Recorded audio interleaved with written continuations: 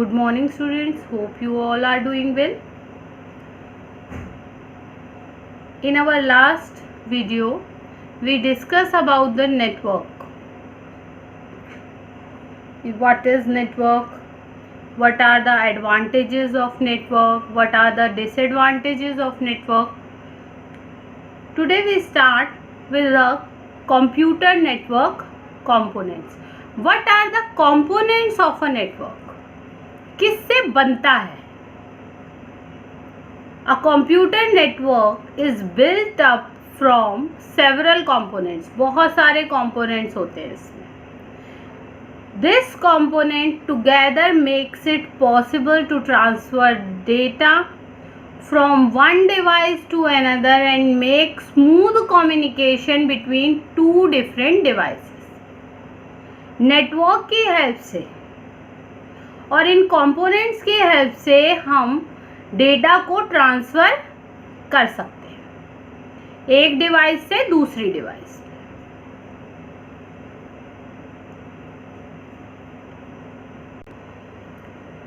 In this guide, we will discuss the main components of the computer network. अब हम इसमें क्या discuss कर रहे हैं? The main components of computer network. In components की हेल्प से ही हम एक जगह से दूसरी जगह डेटा ट्रांसफ़र कर सकते हैं, कम्युनिकेट कर सकते हैं एक दूसरे से. These are the components of network. Server, NIC network interface card, hub, switch, router, cables, modem and clients. जब ये सब मिलते हैं तो नेटवर्क की फॉर्मेशन होती है. किसी भी नेटवर्क में server is very important point. Server ज़रूर होता है, क्लाइंट ज़रूर होता है, नेटवर्क इंटरफेस कार्ड. अगर हमारे सिस्टम में नेटवर्क इंटरफेस कार्ड है तभी हम नेटवर्क से ज्वाइन कर पाते हैं.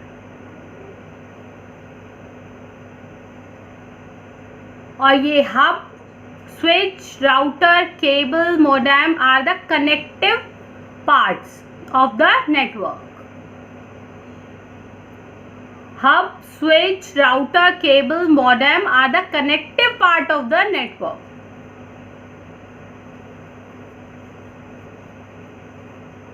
And these all are the components of computer network with the help of which we are able to transfer data or communicate with each other in a network. Our first point is server. Components of network में server बहुत important होता है. Server are computers that run operating system and hold data that can be shared over a computer network. वो सारा data जो हम network पे store करते हैं वो सारा डेटा सर्वर पे जाके स्टोर होता है. जैसे आप जीमेल पे अकाउंट बनाते हैं, किसी भी वेब एप्लीकेशन को एक्सेस करते हैं तो हम जो अकाउंट क्रिएट कर रहे हैं, हमारे मेल्स हैं, हमारे सेंड आइटम्स हैं, all are stored in server. So server is the main part from where we fetch the information, we got the information. Servers are computers that run operating system and hold data. वो data जो share करना चाहते हैं network में वो सारा कहाँ store होता है? सर्वर पे स्टोर होता है. The next is client. The second point is client.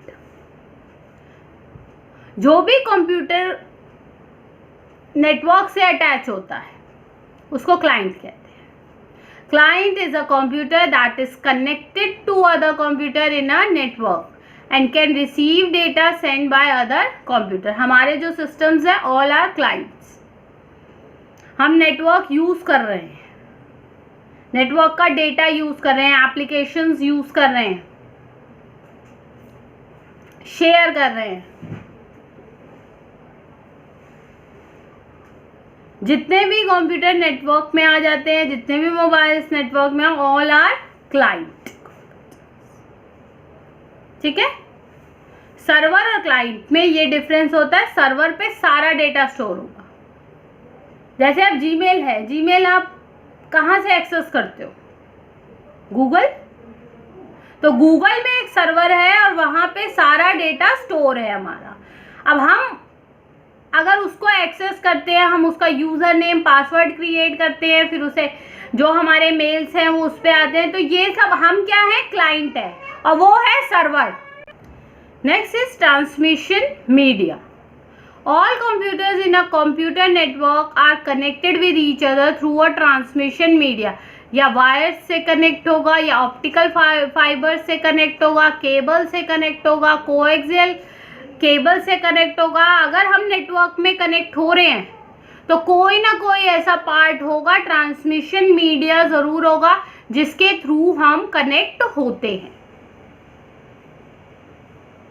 It's wireless, wired, optical fibre, cable, coaxial cable, कोई भी केबल हो सकता है। कोई भी वायर्ड, ऑप्टिकल या वायरलेस भी आजकल चल रहे हैं, तो ट्रांसमिशन थ्रू वायरलेस भी पॉसिबल है। अब next is network interface card. जितने भी सिस्टम नेटवर्क में होते हैं उनमें नेटवर्क इंटरफेस कार्ड का होना ज़रूरी है। अगर नेटवर्क इंटरफेस कार्ड हमारे सिस्टम में नहीं होगा तो हमारा हम डेटा ट्रांसफ़र नहीं कर सकते, हम नेटवर्क के मेंबर नहीं बन सकते, हम क्लाइंट नहीं बन सकते, हम सर्वर नहीं बन सकते। Each system or computer in a computer network must have a card called network interface card.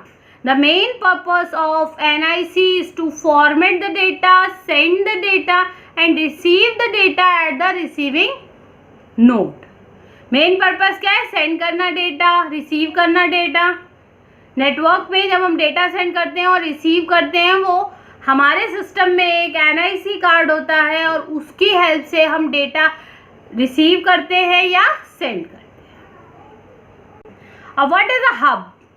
Hub act as a device that connect all the computers in a network. अगर हम किसी भी 5 कंप्यूटर्स को connect करना चाहते हैं तो हम हब का यूज कर सकते हैं।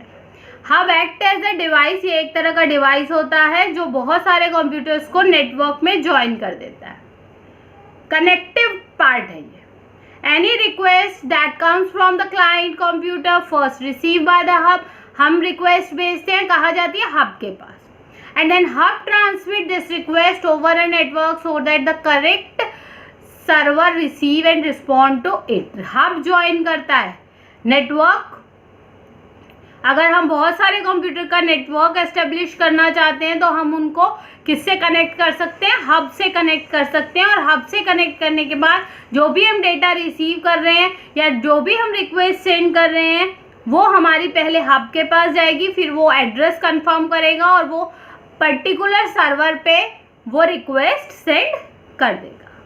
तो hub is a connective part of the network. The switch is similar to hub. However, instead of broadcasting a incoming data request, it uses the physical device address in the incoming request to transfer the request to the correct server computer. hub switch भी hub की तरह ही होता है, लेकिन उसमें क्या है? उसमें ब्रॉडकास्टिंग नहीं होती। वो इनकमिंग रिक्वेस्ट लेता है, डेटा लेता है और फिजिकल डिवाइस का एड्रेस होता है उसके पास। जैसे कंप्यूटर 1 है, उसका एड्रेस होगा, फिजिकल एड्रेस होगा उसके पास, और उस फिजिकल एड्रेस को वो फैच करता है और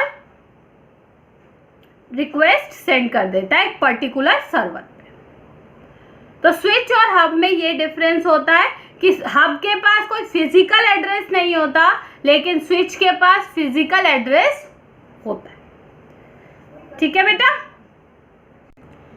और राउटर भी एक कनेक्टिव पार्ट है। बहुत सारे नेटवर्क, कंप्यूटर नेटवर्क हैं बहुत सारे, अगर उनको हमें ज्वाइन करना है तो हम राउटर के थ्रू करते हैं। जैसे लैन में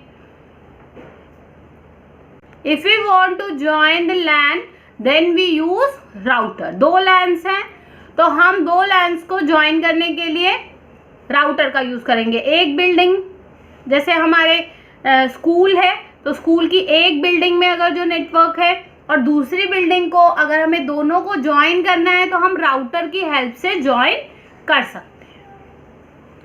तो these are the components of network. Server, client, transmission media, NIC, network interface card, hub, switch, router. These all are the components of network. So go through the video and the previous video.